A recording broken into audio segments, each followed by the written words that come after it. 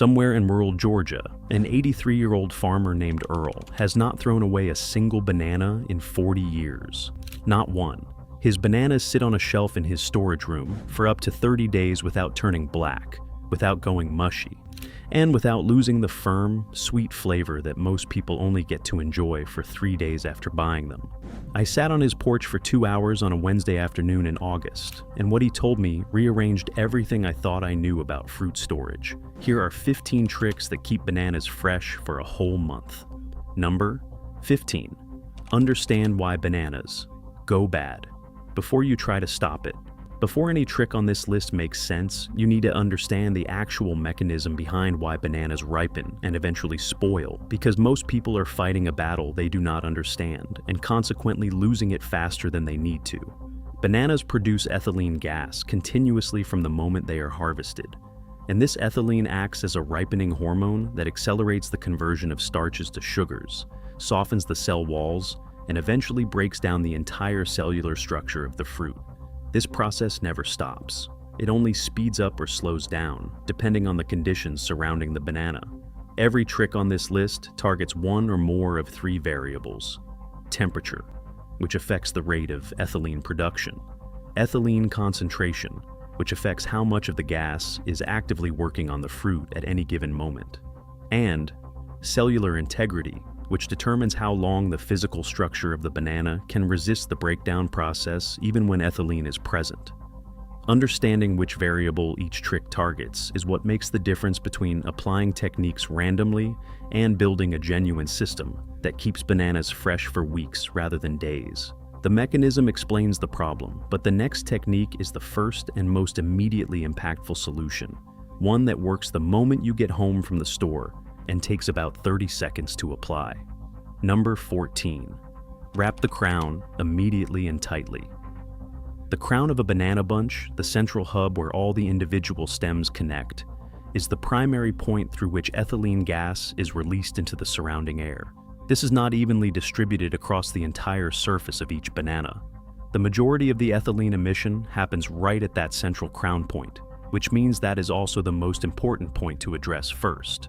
Earl wraps the crown of every bunch in his storage room with a tight several-layer wrapping of plain plastic wrap the moment the bananas arrive from the market.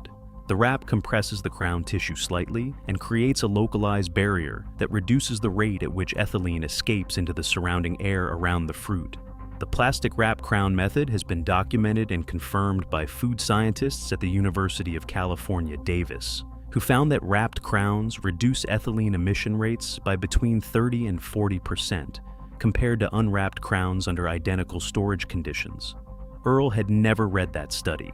He learned it from watching which bananas in his storage shed lasted longest and working backward to understand why. Crown wrapping reduces ethylene at the source, but the next technique separates individual bananas in a way that changes how the ethylene that does escape affects each piece of fruit. Before we go further, if you have not subscribed yet, now is the moment. This channel exists to surface exactly this kind of knowledge, things that were never obvious, just never explained. Number 13. Separate the bunch. Immediately after purchase. Most people store bananas exactly as they arrived, as a connected bunch, which creates a specific problem that has nothing to do with ethylene emission rates and everything to do with ethylene exposure concentration. When bananas remain connected in a bunch, the ethylene each individual banana emits is shared by every other banana in close proximity, and the combined ethylene concentration surrounding the bunch is significantly higher than what any individual banana would be exposed to if stored alone. Separating the bunch into individual bananas immediately after purchase distributes this ethylene exposure problem across the storage area rather than concentrating it in a single tight cluster. Each banana is now surrounded primarily by room air rather than by the accumulated ethylene output of 11 neighboring bananas, and the effective ethylene concentration each piece of fruit is exposed to drop substantially.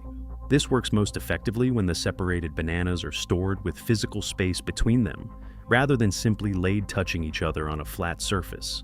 Even a centimeter of air gap between individual bananas makes a meaningful difference to how quickly the ethylene each produces accumulates around its neighbors. Separating bananas reduces ethylene concentration around each fruit, And the next technique targets ethylene from a completely different angle by neutralizing it chemically before it can act on the fruit at all. Number 12. The activated charcoal absorption. Trick Earl's storage room has a detail I almost missed on my first visit. Sitting on the shelf beside the bananas, and beside every other fruit in the room, is a small open container of activated charcoal, the same material used in water filtration systems and refrigerator odor absorbers, renewed every 2 weeks. Activated charcoal is one of the most effective ethylene absorbers available at any price point, with a porous surface structure that traps ethylene molecules as they move through the surrounding air, removing them from the atmosphere around the stored fruit before they can be reabsorbed and act further on the ripening process. The commercial produce storage industry uses ethylene scrubbing systems in its cold storage facilities for exactly this purpose, at costs that make no sense for a home kitchen. A bag of activated charcoal from a hardware or aquarium supply store costs between $4 and $8 and lasts several weeks with periodic refreshing in a low oven. Earl places one small container per shelf, positions it between the fruit clusters rather than beneath them, and replaces the contents every fortnight without fail. His storage room consistently smells cleaner than any refrigerator I have ever opened. Activated charcoal scrubs ethylene from the air, and the next technique addresses the temperature variable that determines how fast the entire ripening process runs in the first place. Number 11. The temperature sweet spot that most people miss. Most people know that cold slows banana ripening, which is why grocery stores keep bananas at controlled temperatures during shipping. What most people do not know is that there is a specific temperature window for banana storage that produces the best combination of slowed ripening and maintained quality. And refrigerator temperatures are actually below this window for unripe bananas. The optimal storage temperature for slowing banana ripening without causing chill injury is between 54 and 60 degrees Fahrenheit. Below 50 degrees, bananas suffer cellular damage that causes the skin to turn brown rapidly and the flesh to develop an off flavor, not from ripening, but from cold injury. Above 65 degrees, ripening accelerates significantly, cutting days off the storage window. Earl's storage room is a cool interior room of his farmhouse that stays naturally between 55 and 60 degrees through most of the Georgia summer because of its thick stone walls and north-facing position. He did not build this room for bananas specifically, but he recognized that the temperature it maintained naturally was ideal for extending their storage life, and he has used it for that purpose for decades. The temperature window determines how fast the biological clock runs. The next technique targets a completely different environmental factor that most people never consider when thinking about fruit storage. Number 10. Controlling humidity in the storage environment. High humidity accelerates mold growth on banana skin and speeds the breakdown of the skin's structural integrity, which is why bananas stored in humid kitchens near a stove or dishwasher deteriorate faster than identical bananas stored in a drier room. Low humidity, on the other hand, causes the skin to desiccate and split, exposing the flesh underneath to oxidation and pathogen exposure. The ideal humidity range for banana storage is between 55 and 65% relative humidity. Slightly drier than most kitchens, but not as dry as an air-conditioned room in summer. Earl uses a simple analog hygrometer in his storage room, a device that costs less than $15 and vents the room with a small window crack if humidity climbs above 65% during wet weather. If you do not have a dedicated storage room, storing bananas in a paper bag rather than exposed to open kitchen air provides a microenvironment of slightly regulated humidity around the fruit, because the paper breathes in a way that moderates humidity fluctuations without trapping moisture against the skin the way a sealed plastic bag would. Humidity control creates the right atmospheric conditions around the stored fruit. The next trick works specifically on the surface of the banana itself rather than on the environment surrounding it. Number 9. The lemon juice crown seal. If you are still watching and learning things that will change how you shop and store your fruit, please hit the like button right now. It genuinely helps this video reach more people who need to see it.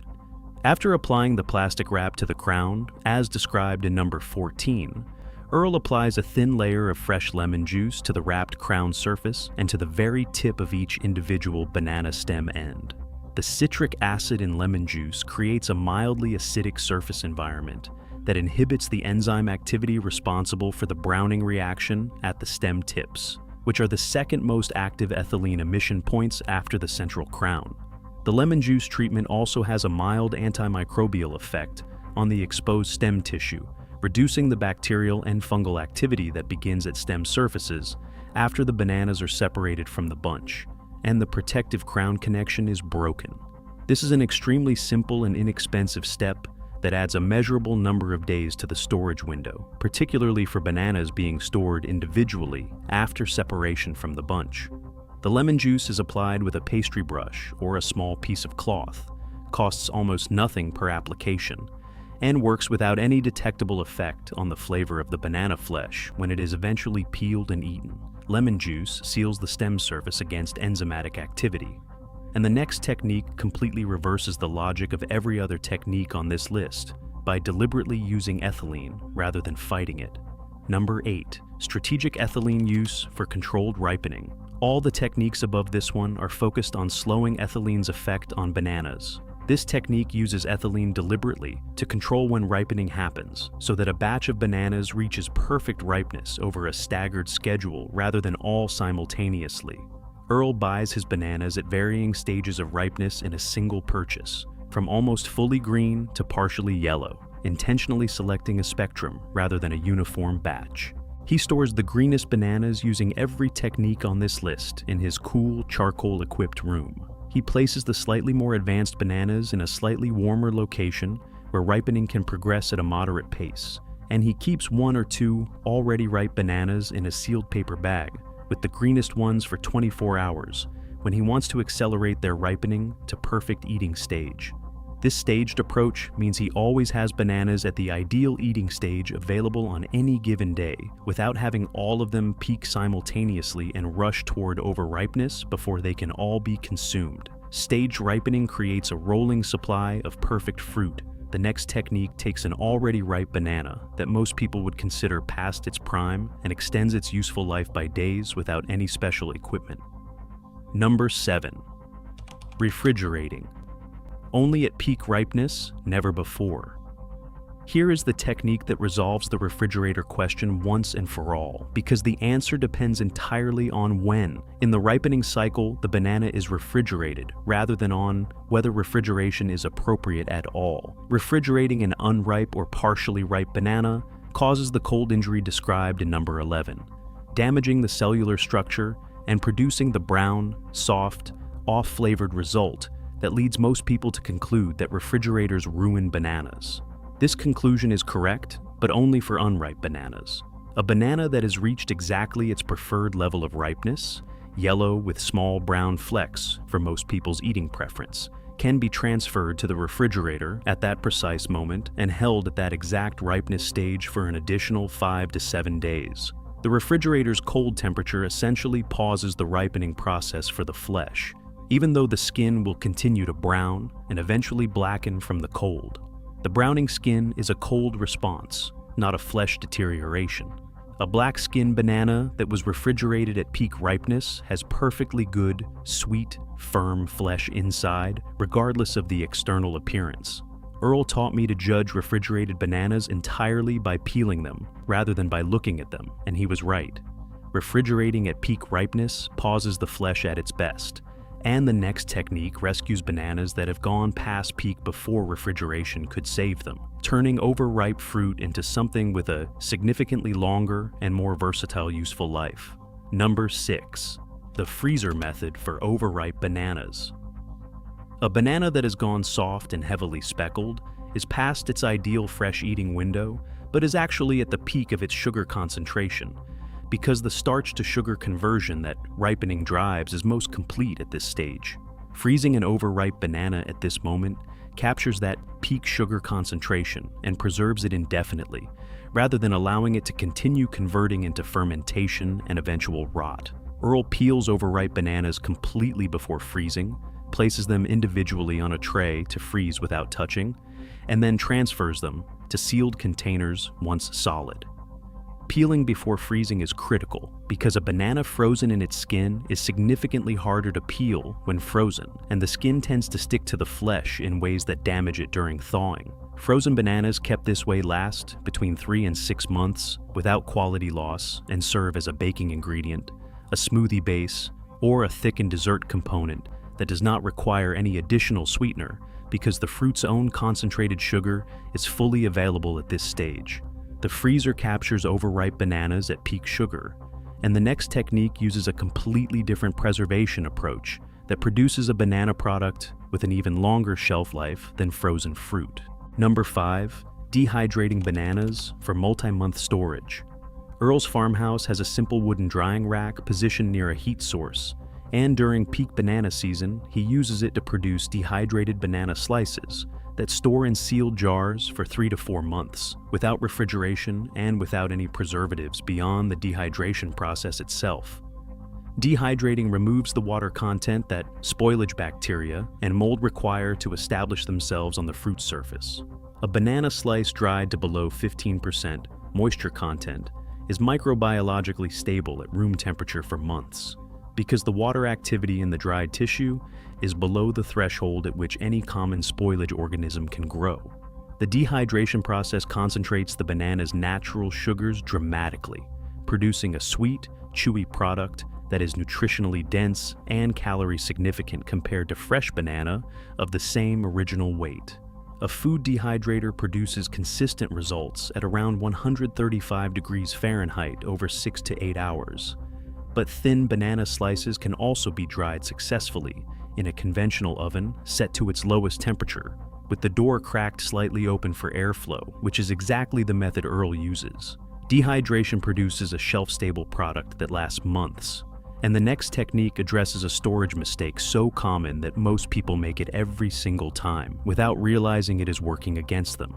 Number 4. Never storing bananas near these specific foods. The ethylene sensitivity problem described throughout this list works in both directions. Bananas not only emit ethylene that affects other produce nearby, they are also affected by ethylene emitted by certain other fruits and vegetables stored in their vicinity, and the specific items most commonly stored near bananas in the average kitchen are some of the most aggressive ethylene producers available. Apples, pears, avocados, tomatoes, and peaches all produce significant quantities of ethylene and will accelerate banana ripening dramatically when stored in proximity. The common kitchen practice of keeping a fruit bowl containing bananas alongside apples is one of the most consistently counterproductive storage habits there is, because the apple is continuously saturating the air around the banana with a ripening signal. The banana's own ethylene production is also already producing. Earl keeps his storage room exclusively for bananas and other ethylene-sensitive produce, with ethylene-producing fruit stored in a completely separate location. At a kitchen scale, this simply means keeping bananas in a dedicated location away from the fruit bowl containing apples and pears, a change that costs nothing and can add several days to the banana storage window without any other modification. Separating bananas from ethylene producers removes an invisible accelerant from the storage environment, and the next technique uses a specific surface treatment that builds on everything already described to create a physical barrier around the ripening process itself. Number 3. The beeswax coating method. This is the technique that surprised me most when Earl demonstrated it, because it looked almost too simple to work and worked almost too well to be that simple. Raw beeswax melted to a liquid and applied in a thin coating over the skin of individual bananas using a cloth or a pastry brush creates a semi-permeable barrier that reduces the rate of ethylene gas exchange through the banana skin by a measurable degree. The wax partially seals the microscopic pores in the banana skin through which ethylene passes in and out, slowing both emission and absorption simultaneously. The beeswax coating also reduces the rate of water loss through the skin, maintaining the turgor pressure in the skin cells that keeps the banana firm and visually appealing, and it creates a physical barrier that prevents airborne mold spores from establishing contact with the skin surface. Earl heats a small block of raw beeswax from his hives in a tin over a low flame until it liquefies, dips a cloth into the liquid wax, and wipes a thin, even coating over each banana before storing it. The coating is invisible once it sets, does not affect flavor, and adds approximately 5 to 7 additional days to the storage window of a banana that has already been treated with the crown wrap and separation techniques described above. The beeswax coating builds a physical barrier over the skin surface. The next technique is the one that Earl considers the most important of all 15, the principle that ties every other technique into a working system rather than a collection of independent tricks. Number 2. The monitoring habit that catches problems before they spread. Every single day, Earl spends approximately 2 minutes walking through his storage room and examining each banana individually, not in a cursory glance from the doorway, but close enough to feel the firmness of the skin, observe any color changes, and smell for the faint fermented note that indicates a banana has passed into the over-ripeness threshold, where freezing rather than continued fresh storage is the appropriate response. This daily monitoring habit catches a banana that has begun developing a soft spot before that soft spot emits enough ethylene to affect its neighbors, removes a banana that has been damaged by an insect or a physical impact before the entry point becomes a mold initiation site, and allows him to rotate the most advanced banana into the refrigerator, the freezer, or immediate consumption before it becomes a loss. The monitoring habit makes every other technique on this list more effective because it closes the feedback loop that each technique depends on. Crown wrap compression can loosen over days. Activated charcoal needs refreshing. Humidity can shift after a rainy week. The daily check catches these maintenance needs and addresses them before they compound into significant quality losses. Daily monitoring ties the whole system together, and the final technique is the foundational principle behind every other item on this list. The one insight that makes the entire month-long storage window possible. Number 1. Buying green and building a rolling supply. Every technique on this list is most powerful when applied from the very beginning of the banana's post-harvest life, rather than retrofitted onto fruit that has already been ripening at room temperature for several days. This means the single highest impact decision in the entire system happens not in the storage room, but at the point of purchase. Earl buys bananas that are still solidly green, with no yellow development whatsoever at the tip ends, specifically because this gives him the maximum possible runway before the fruit reaches peak ripeness. A banana that is already half yellow when purchased has already used a significant portion of its storage potential, and no amount of crown wrapping or charcoal placement can add back the days that have already elapsed. He also never buys a single large bunch that will all ripen at the same rate. He buys multiple small purchases at staggered intervals, or selects bananas from different parts of the market's display where color variation indicates different harvest dates. Building a rolling inventory with natural ripeness variation built into the starting conditions. The combination of green starting condition, staggered purchase timing, and all 14 techniques above this one produces the 30-day banana shelf life that made me sit on Earl's porch for 2 hours asking questions on a Wednesday afternoon in August. Not any single trick, but all of them applied together from the very first moment the bananas arrive on the property. A banana is not a fruit with a 3-day shelf life. It is a fruit with a 30-day shelf life when you understand what is actually happening inside it and give that process the conditions it needs to slow down long enough for you to enjoy every single one. Tell me in the comments below which of these 15 techniques you had never heard of before today, and which one you are going to try with your next bunch. The next video is already on your screen on the left. Click it now, and I will meet you there.